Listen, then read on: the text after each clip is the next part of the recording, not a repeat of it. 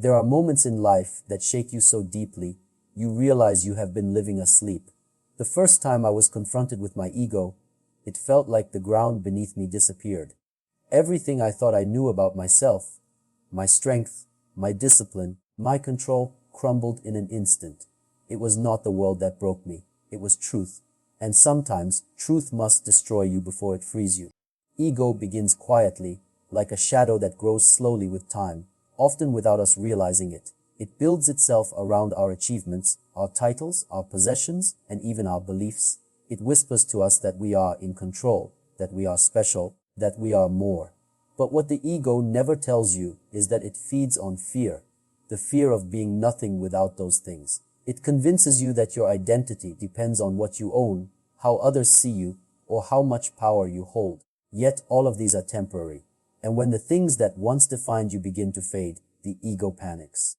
It begins to fight, to protect its illusion of importance. That is when suffering begins. The truth is, life will always find a way to expose your ego, not to punish you, but to free you from it. You see, the ego wants control. It wants to dictate how life should unfold, how others should treat you, and how the world should recognize you. But life doesn't work according to your expectations. It moves according to its own rhythm. And when that rhythm doesn't match what the ego desires, frustration, anger, and anxiety arise. The ego hates uncertainty because it cannot control it. It hates humility because it cannot dominate it. It hates silence because it cannot be heard in it. That's why most people live in constant inner conflict. They are always negotiating with life instead of aligning with it. When you believe that everything depends on you, you begin to tighten your grip on life. You start to force outcomes, manipulate situations, and control others. You live in a constant state of tension, thinking that if you just work harder, plan better, or anticipate more, you can avoid pain. But the more control you try to take, the more anxious you become. Control is an illusion that the ego sells to the mind. It tells you that peace will come once everything is in order. But peace never arrives that way, because even when things seem to go perfectly, the mind immediately searches for the next problem, the next threat, the next fear. The secret that the ego doesn't want you to know is that true power comes from letting go, not from domination, but from surrender. Surrender does not mean weakness, it means acceptance. It means recognizing that not everything in life is meant to be controlled, and that not every moment needs to be conquered. When you surrender, you stop resisting the flow of life. You stop fighting against what is and begin to align yourself with it. In that space, you find clarity. You begin to understand that you were never supposed to control everything. You were meant to learn from everything. Imagine the ocean. The ego wants to be the wave, loud, visible, powerful. But the wave only exists for a moment before it crashes and disappears. The ocean, however, remains infinite and still beneath all movement. The wise do not identify with the wave, they identify with the ocean. They understand that all highs and lows, all successes and failures, are part of a greater whole. When you release the need to control every wave in your life, you begin to experience the depth of your own being, the calm, steady awareness that remains untouched by change. The ego, however, will not give up easily. It will disguise itself as ambition, confidence, even discipline. It will say, "I just want to be better." But beneath that desire often hides the need to feel superior. It will say, "I only want peace," but secretly demand that peace comes on its terms. This is why ego is so difficult to destroy. It hides behind noble intentions. That is why awareness is the first step. Awareness allows you to see when the ego speaks, when it drives your choices, when it dictates your emotions. Once you begin to notice it, its power weakens. You start to realize that you are not the voice in your head, you are the one listening to it. Every time you feel the urge to prove yourself, pause. Every time you feel offended, pause. Every time you feel the need to be right, pause. In that stillness, you begin to see the ego's pattern. You begin to understand that none of these reactions come from your true self, they come from fear. And fear can only survive in the absence of awareness. The moment you shine light on it, it begins to dissolve. Slowly, you stop reacting to life and start responding to it. You stop chasing validation and start cultivating presence. Life becomes lighter when you no longer need to defend your identity. You stop seeing others as threats or competitors. You stop fighting for space in conversations or for recognition in every situation. The mind becomes quieter, the body relaxes, and you begin to experience a peace that control could never give. The ego says, I must win. The soul says, I must understand. When you choose understanding, you disarm the ego completely. You realize that the need to dominate was never a sign of strength. It was a symptom of insecurity. Real strength does not shout. It stands silent, grounded, and unmoved. Letting go of the illusion of control does not mean abandoning responsibility. It means trusting that you can act with clarity without forcing outcomes. You do what is necessary, and you let life unfold as it must. You stop trying to predict every step and start meeting each moment with openness. This is the way of balance, doing without overdoing, moving without rushing, acting without attachment.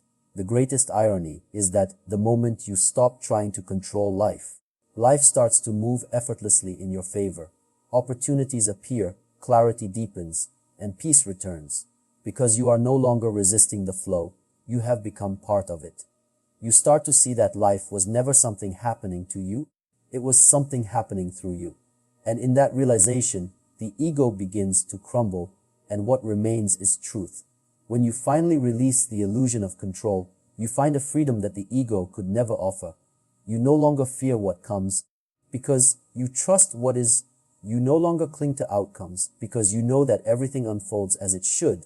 You stop living as a prisoner of control, and start living as a master of presence. And that is where real peace begins. Ego is not something that announces itself with a loud voice. It doesn't walk into the room and declare, "Here I am." Instead, it hides quietly within your thoughts, shaping how you see the world, how you treat others, and how you see yourself. It's the voice that wants to be right even when it knows it's wrong. It's the subtle pride that resists correction, the fear that refuses to be seen as weak, and the need to stand above others just to feel secure. The ego feeds on comparison. It lives through separation. It whispers, "You are better," or sometimes, "You are worse," but always it keeps you divided from people, from peace, and from truth. The most dangerous thing about ego is that it pretends to protect you. It tells you that without it, you will be nothing, that you must defend your reputation, your image, your achievements. But what it truly defends is an illusion. It builds walls around you, convincing you that isolation is strength, that dominance is confidence, and that vulnerability is weakness. But the moment you start believing that you are more than someone else, or less than someone else, you have already lost balance. Because in truth, you are neither above nor below. You are simply part of the same existence.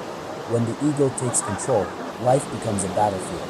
Every conversation becomes an argument to win. Every relationship becomes a competition. And every mistake feels like an attack on your worth. You start reacting instead of understanding, attacking instead of listening, proving instead of learning. The mind becomes restless because it is always on guard, afraid of being exposed. That fear is the root of ego. It doesn't come from real strength, but from insecurity disguised as confidence. You may appear calm and composed on the surface, but inside, you are constantly fighting the fear of being less than who you pretend to be. The ego thrives when you seek validation. It grows every time you crave approval from others or measure your value through their eyes. But real confidence doesn't come from being seen. It comes from being at peace with not being seen at all. When you stop needing to impress, you begin to express. When you no longer chase attention, you find authenticity. The ego is loud, but truth is quiet. The more you silence that inner noise, the clearer you start to hear what truly matters. There will come a moment when life tests you, not to punish you, but to show you the size of your ego. Maybe someone disrespects you, underestimates you, or challenges you publicly. The ego will want to react to prove your worth instantly. But when you pause and choose silence instead of reaction, you take the power back. You are no longer controlled by emotion. You are guided by awareness. It is in those moments that humility reveals its strength, not weakness, but controlled power. The power to remain calm when the world expects you to explode. The power to stand grounded when others are losing balance. To destroy the ego, you must first see it clearly. You cannot fight what you cannot see. So observe your reactions. Notice how quickly the ego feels offended. Notice how it always needs recognition, how it thrives on praise, how it struggles to apologize.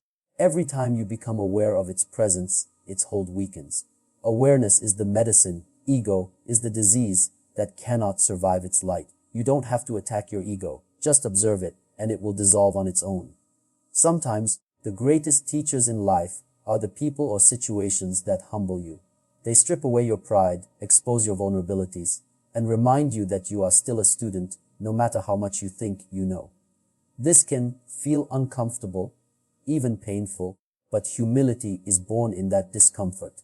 The fall of the ego is not the fall of your worth, it is the rise of your wisdom. The moment you realize that you don't need to be more than anyone else to have value, you begin to walk the path of freedom. In a world where everyone wants to be seen, it takes courage to disappear. It takes strength to be silent when you can speak, to walk away when you can fight, to listen when you can argue. That is not weakness, it is mastery. When you are no longer controlled by the need to win every moment, you start winning in ways that truly matter. The ego wants victory over others. The soul seeks victory over itself. One feeds separation, the other nurtures peace. So ask yourself, how much of what you do comes from truth, and how much comes from ego? When you speak, do you speak to connect or to impress? When you act, do you act from love or from fear? These questions are uncomfortable, but they are necessary, because every moment of honesty with yourself chips away at the false image the ego built. And with every piece that falls, you get closer to your real self, the one that needs no defense, no validation, and no comparison. When the ego falls away, what remains is clarity. You begin to see others not as competition, but as reflections. You see failure not as humiliation, but as guidance. You see challenges not as threats, but as teachers. And slowly, the need to prove yourself disappears. You stop walking through life with clenched fists and start walking with open hands. You begin to trust the flow of life again. To destroy the ego is not to lose yourself. It is to find yourself beyond the illusions you created. It is to realize that true strength comes not from standing taller than others, but from standing fully within yourself. And once you reach that point, nothing outside of you can shake what's inside of you. The ego survives by creating separation. It constantly compares between you and others, between who you are and who you think you should be. It builds a false identity that depends on being different, superior, or more significant. It thrives on this illusion of individuality, this constant need to stand apart. But the deeper truth is that separation only breeds suffering. When you see yourself as separate, you begin to compete, to judge, to defend. You begin to measure your worth by what others lack. And in doing so, you lose sight of the simple reality that you are already complete. Every time you look at another person and think, I am better, or I am worse, the ego grows stronger. It feeds on comparison like fire feeds on air. It needs contrast to survive, because only through contrast can it define itself. The ego says, I am this, because they are not. But the moment you strip away all comparison, it has nothing left to hold on to. It vanishes, and what remains is your true self, silent, steady, and aware. The ego cannot exist in unity, it dissolves in connection. That is why true wisdom begins when you no longer see yourself as separate from others. When you meet someone who challenges you, who irritates you, or who seems to oppose you, the ego immediately reacts. It sees threat, not reflection. It says, I am right, they are wrong. But every person who enters your life is a mirror.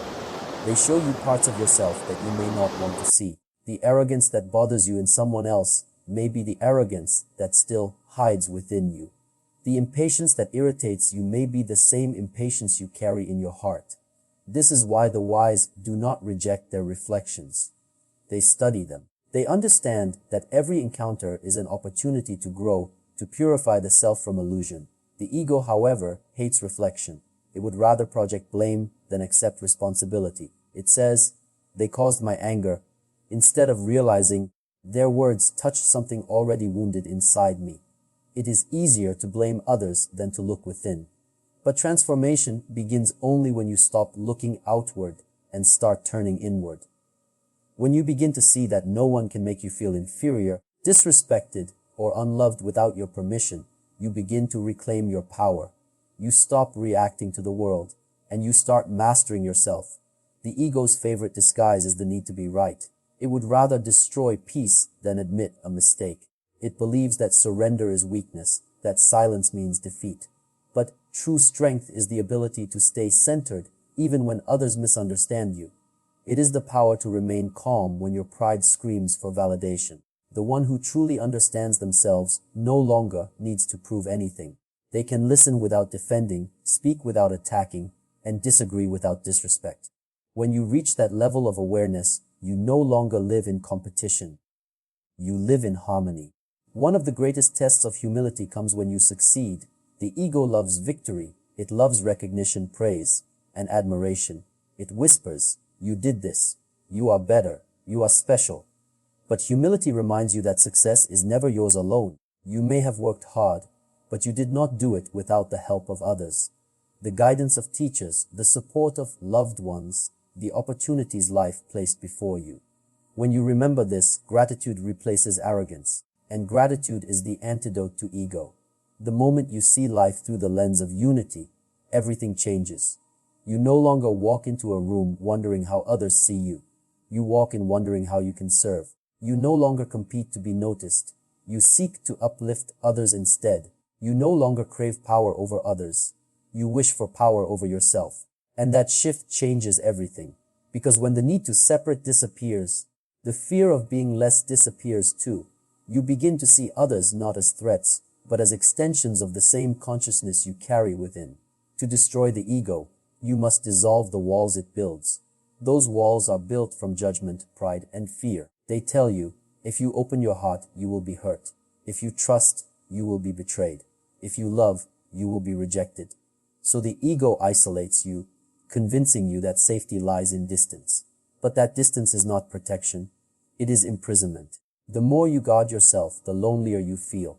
True safety lies not in isolation, but in understanding that even if pain comes, it cannot destroy what is real within you. When you connect deeply with others, with nature, with the moment, you weaken the ego's grip. Connection dissolves fear. Sometimes life will humble you through loss or failure, and in that moment you will see the truth. You will see how fragile the ego really is. The things it clings to, status, reputation, control, can vanish in an instant. But what remains after everything is stripped away is something the ego can never touch. It is your essence, your awareness, your stillness. That is your true nature, and it has no need to compare, to compete, or to control. When you begin to live from that place, you realize that no one can truly offend you, because there is no you to protect. No insult can shake your peace, because peace is no longer built on pride. You are not your opinions, not your image, not your achievements. You are the awareness behind them all. The ego says, "I am separate." The truth says, "I am one." The more you align with that truth, the lighter you feel. The world no longer feels like a battlefield. It feels like a reflection of your own inner peace.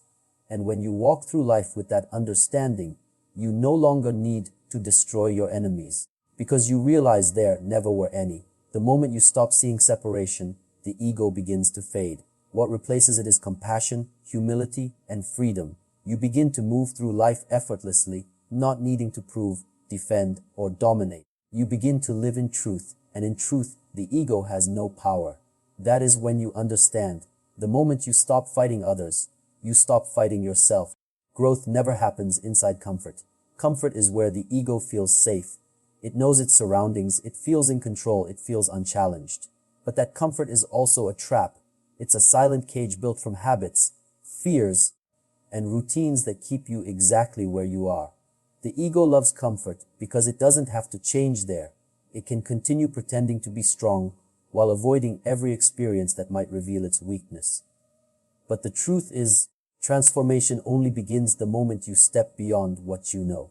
The moment you willingly walk into discomfort, into uncertainty, into the unknown, you begin to see who you really are. The ego thrives on familiarity because it can predict it. It says, "Stay where you are, it's safe here. You don't need to fail, you don't need to be wrong. You don't need to start again." And so many people listen to that voice. They repeat the same patterns every day, call it stability, and wonder why they feel empty inside. There is no life in repetition without awareness. There is only existence, a safe, controlled, predictable life that lacks the depth of true experience. The ego calls that security, but it's actually stagnation. Growth demands friction, and friction demands courage. Discomfort is not your enemy, it is your teacher. Every time you step into discomfort, the ego starts to panic, it resists. It tells you to turn back, to give up, to protect yourself. But this is exactly where your breakthrough lies, on the edge of that resistance. When you do what is difficult, you weaken the ego's control. You begin to realize that fear does not mean danger, it means expansion. Fear is simply the body's way of saying, you are stepping into something unfamiliar. If you can stay there, breathe there, you begin to grow. It is easy to speak about humility, patience, and balance when everything is calm.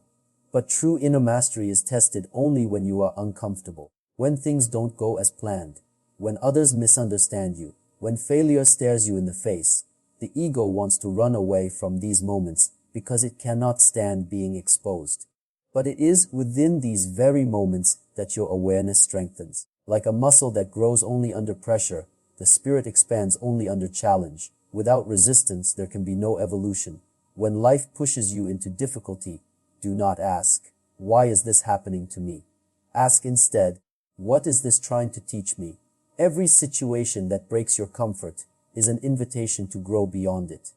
The loss of control teaches you surrender. The failure teaches you resilience. The rejection teaches you self-worth. The silence teaches you patience.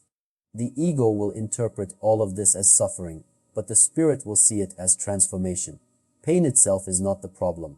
It's resistance to pain that multiplies it. The mind often imagines that peace will come once life becomes easy. But peace is not found in the absence of challenge. It is found in the mastery of response. When you can remain centered in discomfort, you gain access to a state of inner stillness that cannot be shaken by external events. The ego loses its hold because it no longer has the power to dictate how you feel. That is the beginning of freedom. In moments of struggle, remember that even the seed must crack open before it can grow. The process is not gentle, it is transformation through breaking. The same happens within you. When life cracks you open, the ego will cry out, "This is too much. It shouldn't be this way." But something deeper within you knows, this breaking is not destruction, it is awakening. What breaks is the illusion of who you think you are. What emerges is who you truly are. Many people spend their lives avoiding pain, chasing comfort, chasing pleasure. But what they don't realize is that every time they escape discomfort, they also escape growth. Every challenge avoided is a lesson missed. Every discomfort suppressed is wisdom postponed. The path to peace is not through avoidance but through awareness, through walking willingly into the uncomfortable until it no longer controls you.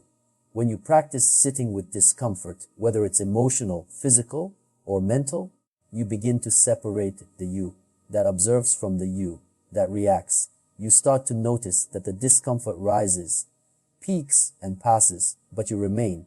That awareness gives you strength. It shows you that you are not your pain, not your fear, not your anxiety.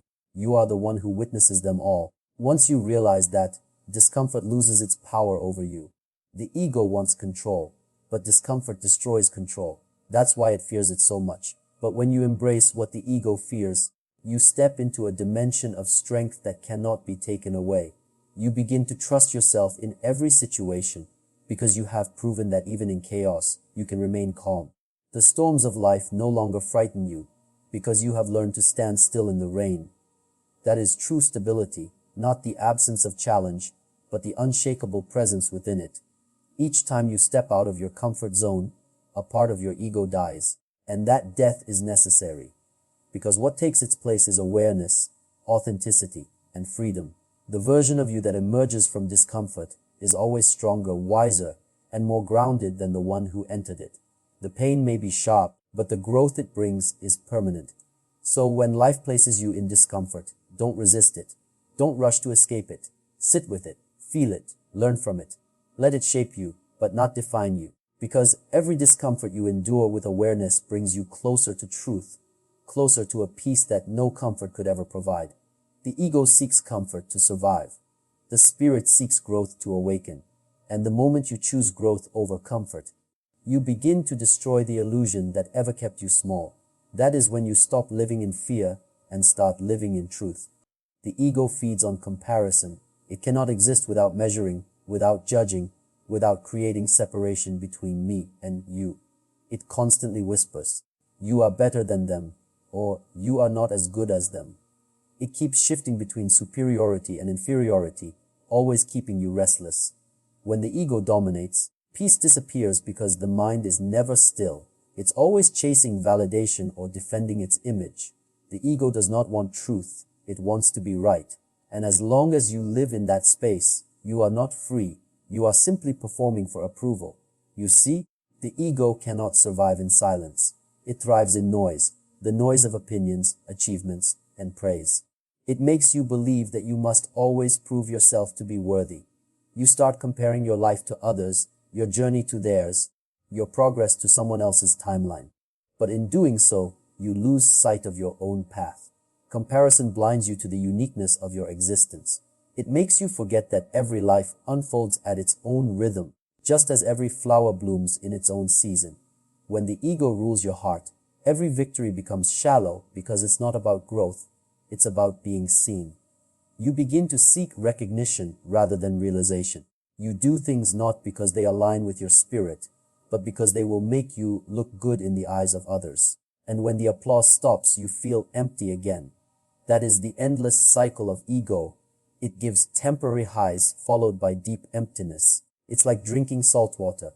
The more you consume, the thirstier you become. True peace begins the moment you stop comparing and start observing.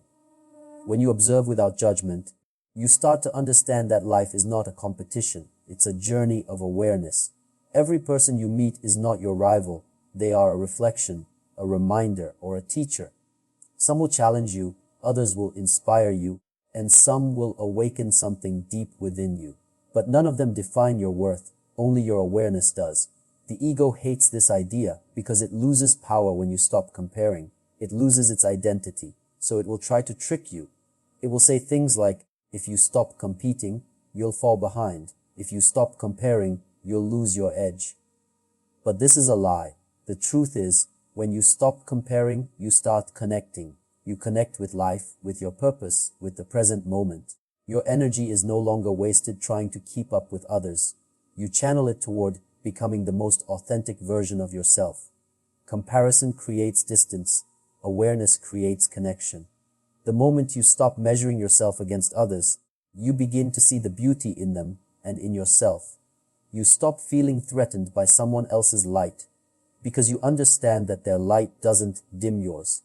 You start celebrating others' growth instead of resenting it. You realize that their success is proof that growth is possible for everyone, including you. That shift from envy to inspiration is the beginning of wisdom. Ego wants to win, awareness wants to understand. Ego says, I must be better than others. Awareness says, I must be better than who I was yesterday. When you live through awareness, your only competition is your own potential. Every mistake becomes a lesson.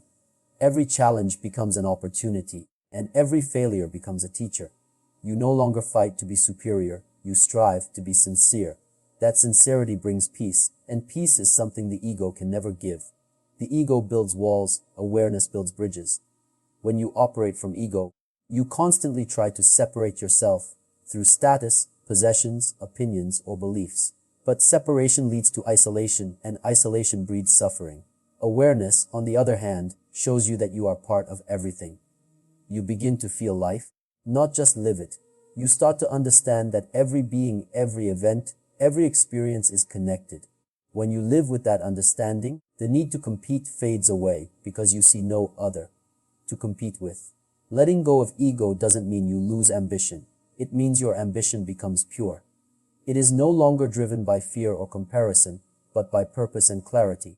You no longer act to impress, but to express. You no longer fight for validation, but move from inspiration. You do what needs to be done without the need for recognition, because you understand that true power does not shout, it simply is. Every time you catch yourself comparing, pause. Take a deep breath and remind yourself, this is the ego speaking. Awareness begins in that moment. Don't fight the ego, just watch it. When you observe without reacting, you weaken its grip. You start to see its patterns, its voice, its games. And the more you see, the less you are controlled. The ego cannot survive under observation. It dissolves in awareness. When you begin to live with that clarity, life becomes lighter. You no longer carry the heavy burden of proving yourself. You no longer waste energy defending your image. You simply live authentically, calmly, fully. Your worth is no longer dependent on others' opinions. You are not above anyone, and no one is above you. You walk through life with humility, with gratitude, with strength, and something profound happens when the ego fades. You begin to experience genuine joy. Not the fleeting joy that comes from praise or success, but the deep, steady joy that arises from simply being. You appreciate small moments. You listen more, react less, and love without condition. You no longer need to dominate because you have discovered that true power lies in peace. Silence is not the absence of sound. It is the presence of awareness. It is the space in which everything exists but nothing disturbs you. In today's world, people fear silence because it strips away all distractions and reveals what lies beneath. The restless mind, the unsolved emotions, the fragile self-image. Most avoid it, not realizing that silence is the very medicine they need. The ego cannot survive in silence because silence does not feed it. There are no compliments to absorb, no comparisons to make, no arguments to win. Silence exposes the truth, and the ego trembles before truth. When you become still, everything you have been running from starts to surface. The noise you once used to drown your insecurities disappears, and suddenly you are left face to face with yourself. This is why silence feels uncomfortable at first. It forces you to confront the parts of yourself you've ignored. But it is through this discomfort that transformation begins. The stillness teaches you to see clearly. It teaches you to separate what is real from what is illusion. It teaches you that your thoughts are not who you are, and that your identity is not defined by your successes, failures, or the roles you play in life. Most people believe growth happens through constant movement, but real growth often happens in stillness. Just as water becomes clear when left undisturbed, the mind becomes clear when it learns to be quiet. The more you sit in silence, the more you understand yourself, not through thinking, but through seeing. You begin to recognize how many of your fears are creations of the mind, how much of your stress is born from resistance, and how deeply peace already exists within you when the mind stops struggling. Silence humbles you. It teaches you that control is an illusion. You cannot control every situation, every outcome, or every person, but you can control how you respond. When you practice silence, you no longer react impulsively to the noise of life. You begin to respond from awareness, not from ego. You notice how your words affect others, how your emotions arise, how your actions shape your reality.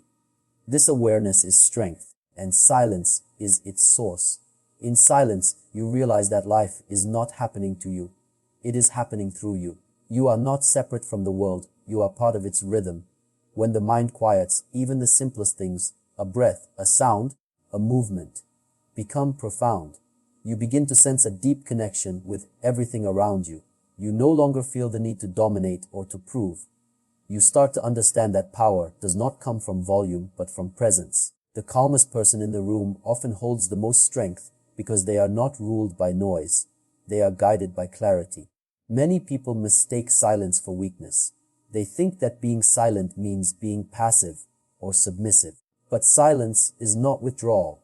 It is mastery. It is the art of listening before acting, observing before judging, and understanding before responding. The silent person sees what others miss because they are not distracted by the surface. They can sense the energy behind words, the truth behind appearances. That is why silence is powerful. It allows you to perceive life at a deeper level. The ego, on the other hand, cannot stand silence. It thrives in conflict and noise because noise keeps awareness asleep. When you start to practice silence, the ego will resist. It will say, "You're wasting time. You need to do more. You need to say something." But when you resist the urge to fill the space with noise, you start to feel a quiet strength rising within you. This strength is not about control. It's about peace. It's about knowing that nothing external can disturb your inner stillness unless you allow it. Silence also reveals your relationship with yourself. When you sit quietly, you begin to hear the voice of your own heart. You start to see what truly matters to you, not what the world tells you to value, but what your soul longs for. You realize that much of what you chase is unnecessary, and much of what you fear is imagined. Silence gives you perspective. It reminds you that you don't have to react to every thought, respond to every opinion, or fight every battle. You learn to choose your words, your actions, and your energy carefully. With time, silence becomes your teacher. It shows you the impermanence of everything, the rise and fall of emotions, the constant change of situations, the fleeting nature of pain and joy. You begin to understand that holding on to things is futile because everything passes. The only thing that remains constant is awareness. And in that awareness, there is peace. When you embrace silence, you stop running from yourself. You stop seeking approval and start seeking truth. You realize that true confidence doesn't come from speaking louder. It comes from knowing you no longer need to. You discover that peace is not found in perfect circumstances, but in a quiet mind. From that quietness, wisdom arises, compassion deepens, and strength becomes effortless. The more you rest in silence, the more your presence begins to affect others. People feel calm around you because you are not trying to control or impress them. You listen, you understand, you respond with clarity. That is how transformation spreads, not through noise, but through presence. So learn to be silent, not because you have nothing to say, but because silence allows you to say what truly matters. In silence, the ego dissolves, and what remains is truth. And when you live from truth, every word, every action, every breath becomes aligned with peace. That is when you realize the greatest strength in this world does not come from domination, but from stillness. The ego must break for the self to awaken. When it does, you will feel exposed, even lost. But that loss is the beginning of freedom. Once the ego is silent, you begin to see life as it truly is: simple, beautiful, and complete. You no longer need to prove yourself to the world, because you finally understand. You were never in competition with anyone. You were only waiting to meet yourself. And when you meet that self, all struggle ends. That is when you stop living in resistance and start living in truth.